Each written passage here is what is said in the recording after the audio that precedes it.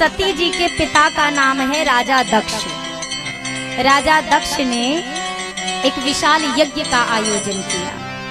क्यों किया है? क्योंकि उनको अपने जमाई राजा शंकर जी से बदला लेना है, एक हिसाब बराबर करना है। कौन सा हिसाब? जो हिसाब बाबा ने कभी खोला भी नहीं है, उस हिसाब को ये पूरा करने के लिए ये यज्ञ कर रहे हैं। क्या हुआ था?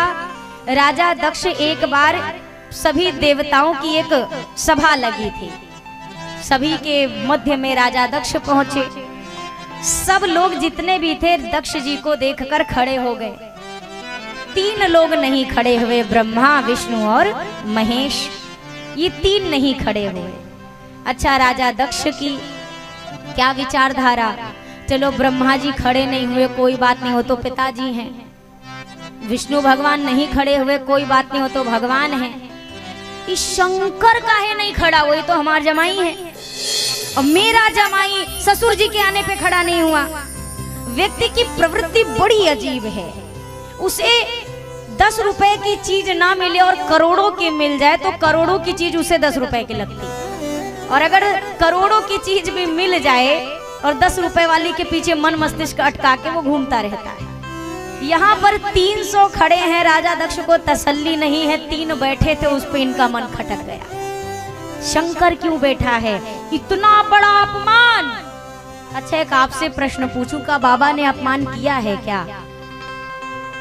बाबा को तो पता ही नहीं कि ससुर जी कब भीतर आ गए और कब सामने खड़े हो गए। बाबा तो बैठ के राम राम जप रहे थे। बाबा को तो पता भी नहीं कि सामने क्या घटना घट रही है। और यहाँ पर दक्ष को लगा कि मेरा अपमान हुआ है। कोई किसी का अपमान सम्मान करता नहीं है भैया, समझिएगा। आप सम्मान की भूख लेकर जहां जहां जाएंगे और अगर आपके मन मुताबिक वो चीज आपको नहीं मिली, वहीं आपको लगेगा मेरा अपमान हो गया। आप अगर इस कथा में भी आ रहे हैं और आप सोचे कि हमको सबसे पहले सोफा ऑफर किया जाएगा, सोफा का कोई आपको पीछे भी बैठने को ना कहे। आपको किसी ने ना सोफा पे बैठने के लिए कहा था, ना बैठने के लिए कहा है।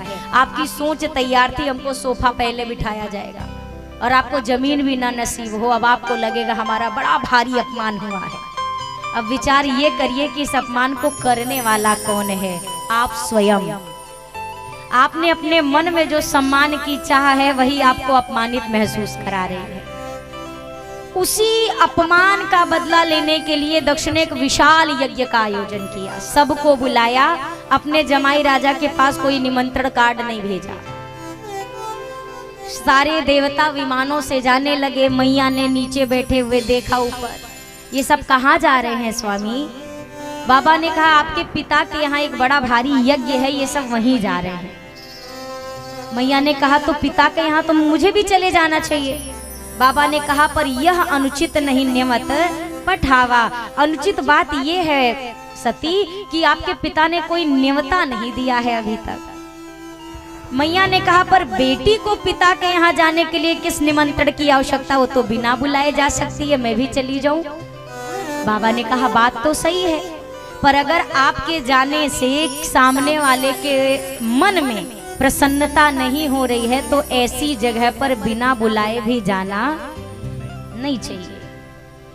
आवत ही हर्षे नहीं, नैनन नहीं सने, तुलसी तहाँ न जाइए, चाहे कंचन बरसे में। ये गोस्वामी जी का कहना, बिना बुलाए नहीं। अब मैया ने बार बार कहा तो बाबा ने विदा किया। मैया आगे पहुंची, 2 गणों के साथ गई हैं। जितने भी लोग थे सबको राजा दक्ष का सख्त आदेश है, कोई मेरी बेटी का सम्मान नहीं करेगा। केवल एक माँ प्रसूति प्रेम से मिली और कोई नहीं मिला। भगनी मिली बहुत मुस्काता, गोस्वामी जी ने लिखा है। कोई आपको देखकर थोड़ा मुस्कुराए तो ये औपचारिकता है, एक ये व्यवहारिक दृष्टिकोण है। और कोई देखकर आपको ज्यादा मुस्कुराने लगे तो समझ जाओ इसके पीछे कोई खोट है। अब आप कहीं जाइए और कहे, जैसे आपको देखकर कोई अच्छा आप आए हैं, ये उचित है। कोई अरे आप भी आए हैं, आप भी, इसका मतलब आपको आना नहीं चाहिए था।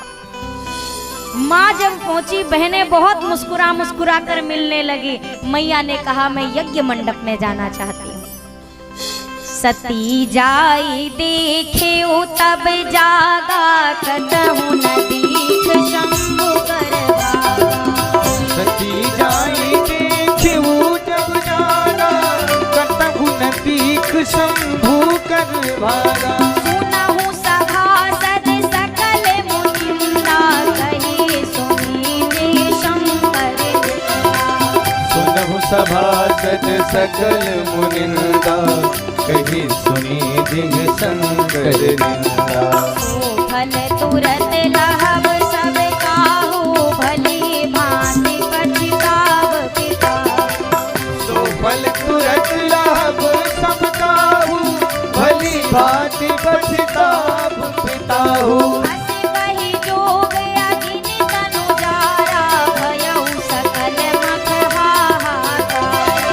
अस कहि जोग अगिन तन जारा भयउ सकल मख हाहाकारा। सती मरत हरिसन वर मांगा जन्म जन्म शिव पद अनुरागा।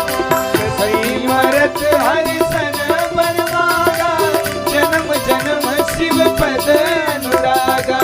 एहि कारण हिमगिरि गृह जाई जननी पार्वती तन पाई। तेहि कारण हिमगिरि गृह जाए जननी पार्वती तन पाई। अपने स्वामी का इतना बड़ा अपमान देखकर माँ से ना रहा गया।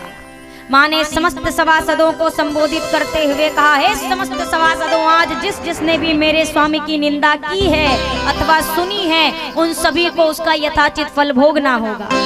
मेरे पिता ने जानबूझकर ऐसा कार्य किया है कि मेरे पति का अपमान हो और मेरे शरीर में मेरे पिता का रक्त दौड़ रहा है, अतः वो अपने इस शरीर को ही अब मैं नहीं रखूंगी। यह कहकर माँ ने दाहिने पांव के अंगूठे से योगाग्नि को प्रकट किया और स्वयं को जलाकर माँ ने भस्मीभूत किया।